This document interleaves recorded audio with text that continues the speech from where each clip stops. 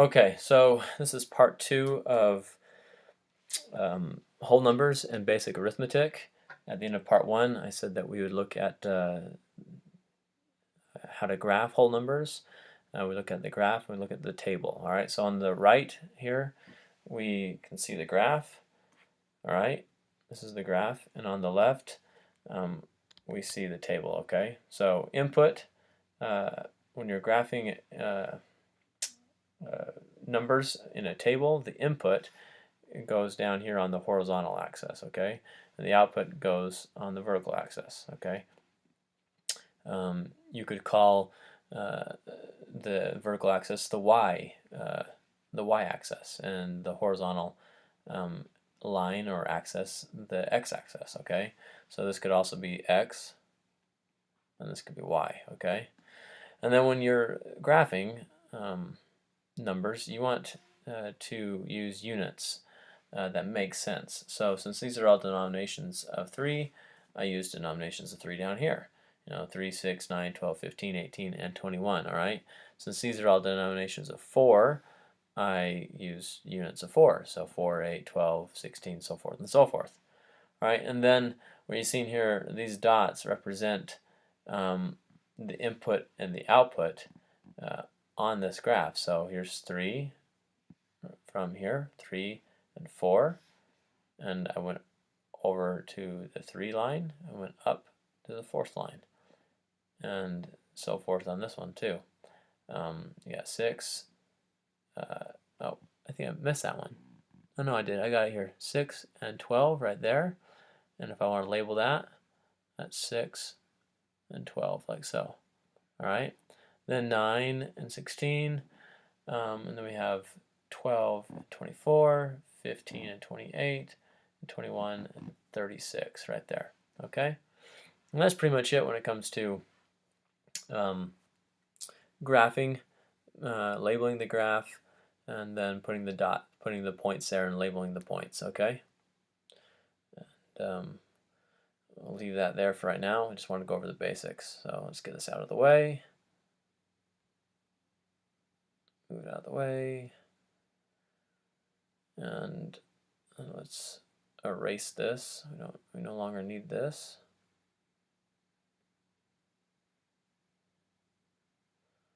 Okay. And let's talk about addition. Okay, so say we have 6, 7, 2, 5, and then we want to add 3, 5, 6, 356 to it. Then what we're going to do is we're going to add 6 and 5 first. That's going to be 11. We put the 1 up there. 5 plus 2 is 7, 8. Down below, then we do 7 plus 3 is just 10. And we put the 1 up here, and now it's 7. So that's 7,081. So let's look at one more. Okay, let's look at subtraction. Oh, no, 2 more. So let's look at it a little bit longer. So let's say we have 56 here, 38,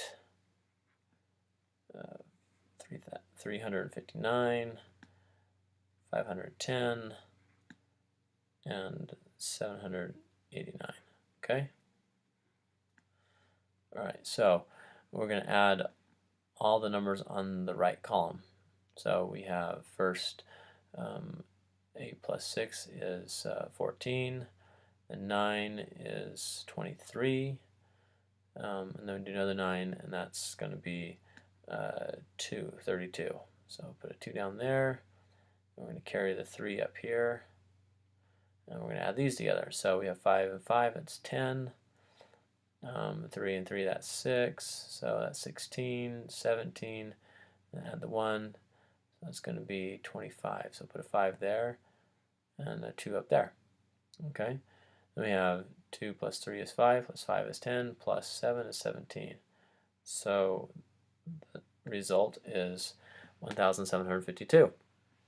All right, let's look at subtraction. So say we have 267 minus 105, okay? Probably easier to write it like this. All right. And then we're going to minus. So 5 minus 5 is, no, sorry, this is supposed to be 7. Alright, so that's a 7. Alright, so 7 minus 5 is 2, 6 minus 0 is 6, and then 2 minus 1 is 1, so the answer is 162. Okay? Alright, let's erase that, and let's move on to some properties of addition. Okay? So, if we have, say we have 6 plus 8 plus 9, we'll put this in parentheses, right? And over here we have 6 plus 8 plus 9, all right? Obviously they're all the same numbers, and they're going to equal each other, but what's different about them? Well, it's the parentheses, okay? So here we're plussing these ones first, and here we're plussing the 8 and 9 first. And this would be called the associative property.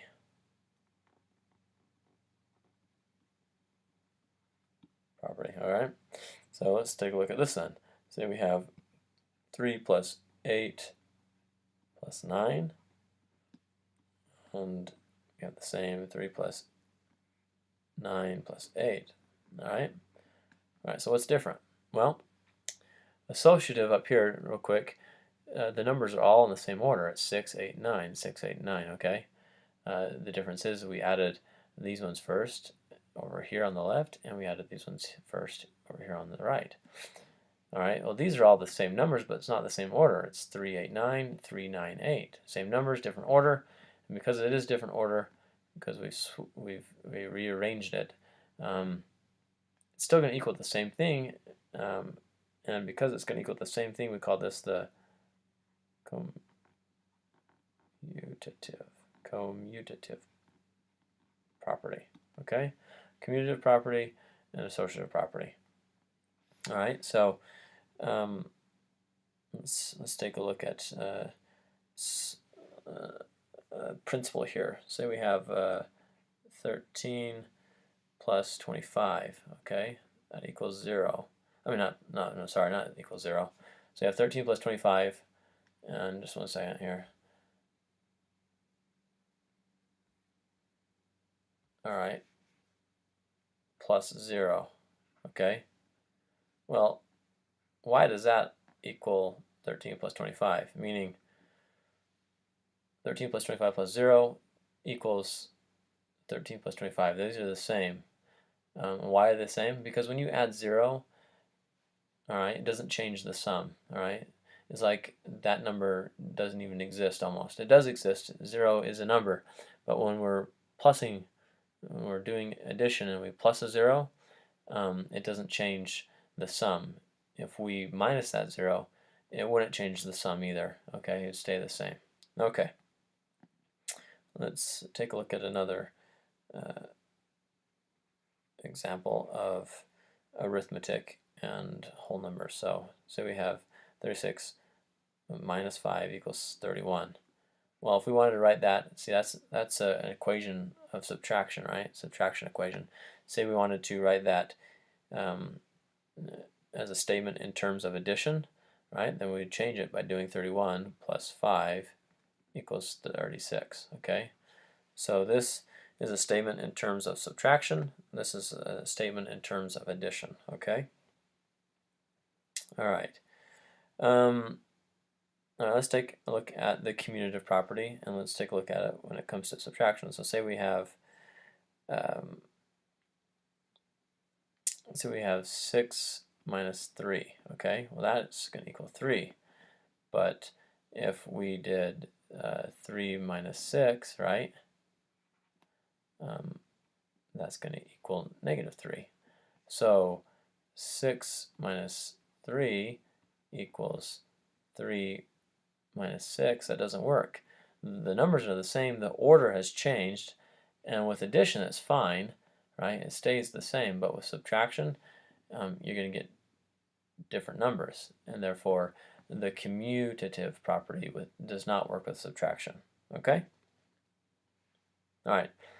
We're going to pause there, and we're going to make a part 3 after this.